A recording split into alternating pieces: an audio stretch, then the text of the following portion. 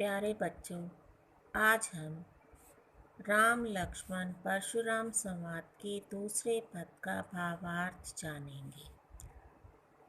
तो आइए समझते हैं। लखन कहा हंसी हमरे जाना। लखन लक्ष्मण ने कहा हंसी हंसते हुए। पहले शब्द अर्थ जान लीजिए, उसके बाद उसकी व्याख्या। हमरे जाना हमारे अनुसार, सुनो सुनो। देव सब धनुष समाना। का क्षति, क्षति होता है क्षति, हानि। लाभ जून, जून का अभिप्राय है जो। धनु तोड़े, धनुष तोड़ दिया। देखा राम नयन के भोरे, या नयन आंखें नहीं है, या नयन का मीन्स है नवीन या नया। अब इन दो पंक्तियों का भावार्थ समझिए। जब परशुराम के वचन सुनकर लक्ष्मण ने हंसते हुए कहा, हमारे अनुसार तो। सुनो देव, हे देव सुनो, सब धनुष एक समान होते हैं। लक्ष्मण ने परशुराम के वचन सुनकर हंसते हुए कहा, हे देव सुनिए, सब धनुष एक समान होते हैं हमारे अनुसार। का क्षति लाभ जून धनु तोड़े, क्या लाभ और हानि हो जाएगा यदि धनुष को तोड़ दिया गया है। देखा राम, राम की साइड लेते हुए कहते हैं कि मेरे बड़े भाई राम ने तो इसे नया समझकर देखा था कि भोरे, भोरे होता है भ्रम में, नए के भ्रम में देखा था। अगली पंक्ति पर आते हैं। छुअत टूट रघुपति हूँ ना दोषु। दोषु होता है दोष, कसूर। छुअत छूते ही। मुनि बिनु काज करिए कत रोसु। रोसु होता है क्रोध।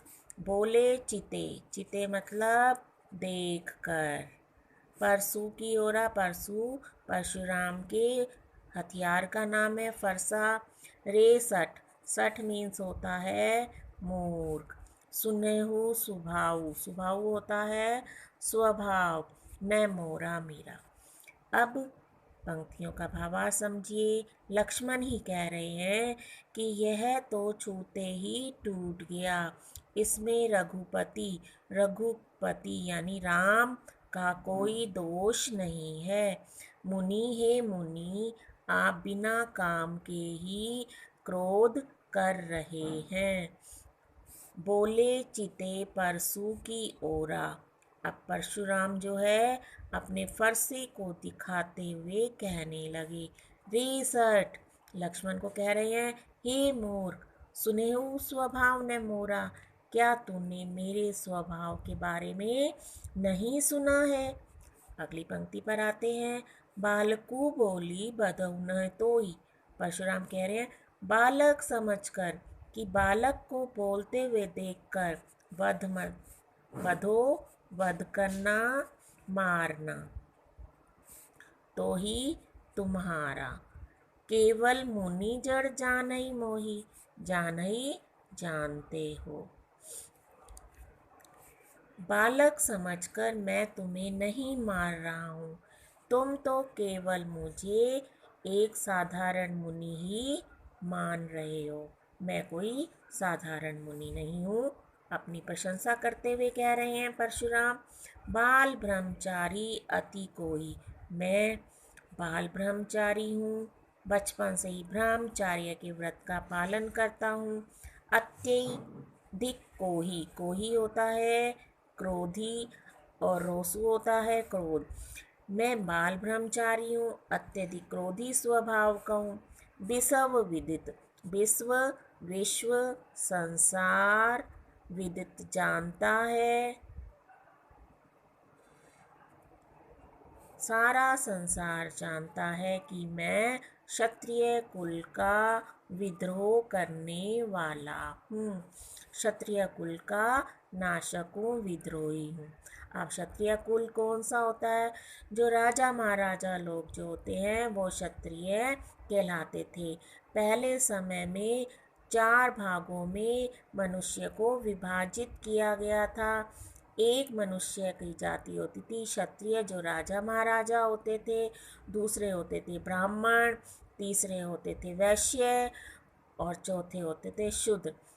क्षत्रिय युद्ध का काम करते थे, ब्राह्मण पढ़ाई लिखाई का काम कराते थे और वैश्य जो होते थे वो व्यापार करते थे और शूद्र छोटे कार्य किया करते थे।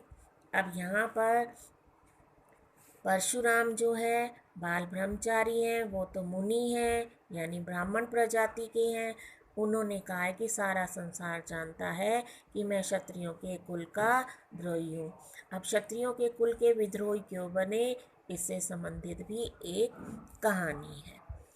भुजबल, जिसे मैं बाद में बताऊंगी। भुजबल भूमि भूप बिनु कीनू, भुजाओं के बल पर मैंने संपूर्ण भूमि को, भूप होता है का पर्यायवाची होता है राजा, बिनु कीनू क्षत्रियों को मैंने अपनी भुजाओं के बल पर पूरी भूमि को राजाओं से रहित कर दिया।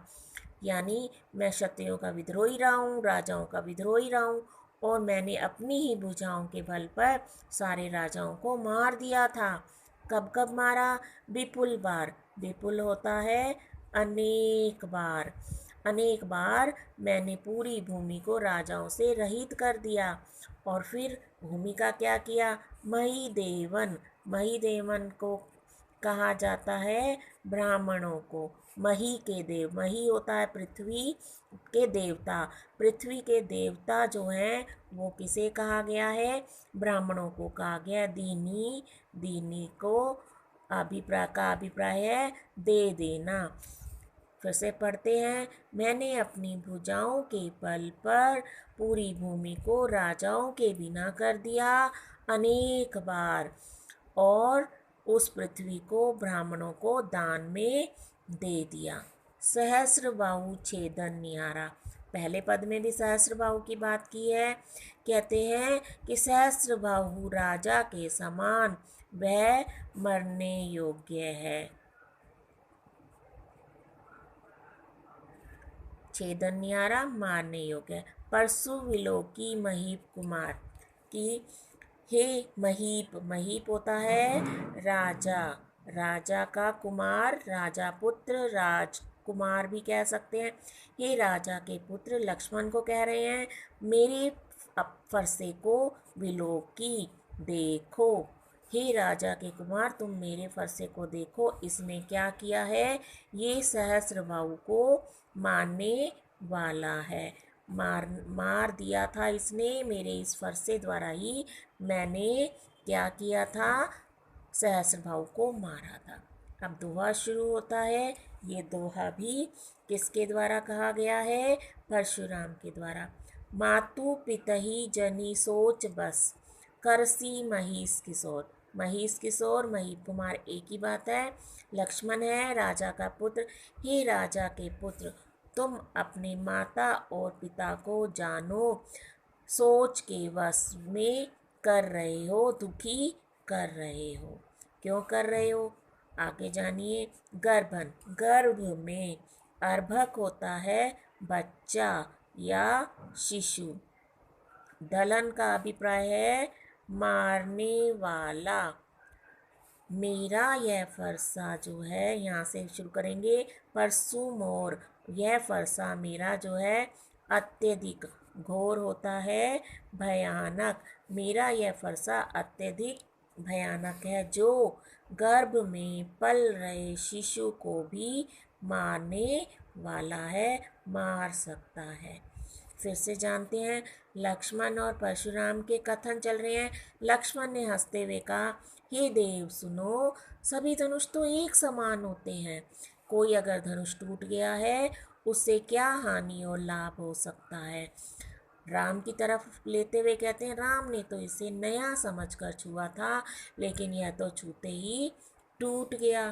छुअत टूट रघुपति ने दोष, छूते ही टूट गया। इसमें रघुपति का कोई दोष नहीं है, राम का कोई दोष नहीं है। हे मुनि, आप तो अकारण ही क्रोध कर रहे हैं। बोले चिते परसु की ओर। अब परशुराम का संवाद आरंभ होने वाले हैं। परशुराम अपने फरसे की ओर देखते हुए कहते हैं, हे मूर्ख, तूने मेरे स्वभाव के बारे में नहीं सुना? बालकू बोली बधो नहीं तोई। बच्चा समझकर मैं तुम्हें नहीं मार रहा था, छोड़ रखा था। तुम तो केवल मुझे एक साधारण मुनि जान रहे हो। मैं कोई साधारण मुनि नहीं हूँ, मैं बाल ब्रह्मचारी हूँ, अत्यधिक क्रोधी हूँ। इस बात को सारा संसार जानता है कि मैं क्षत्रियों के कुल का विद्रोही हूँ। भुजाओं के बल पर मैंने संपूर्ण भूमि को राजाओं के बिना कर दिया। अनेक बार उस पृथ्वी को ब्राह्मणों को दान में दे दिया। सहस्रभाऊ छेदन्य हारा। सहस्रभाऊ को मारने वाला यह मेरा फरसा देखो। यह फरसा जो है, तुम अगर जिस तरह से बात कर रहे हो, तुम माता और अपने माता और पिता को दुखी कर रहे हो, हे राजा के कुमार। मेरा यह फरसा अत्यधिक भयानक है, जो गर्भ में पल रहे बच्चे का भी नाश कर सकता है। द्वितीय पद कंप्लीट हुआ और अगला पद हम अपनी अगली कक्षा में करेंगे। धन्यवाद।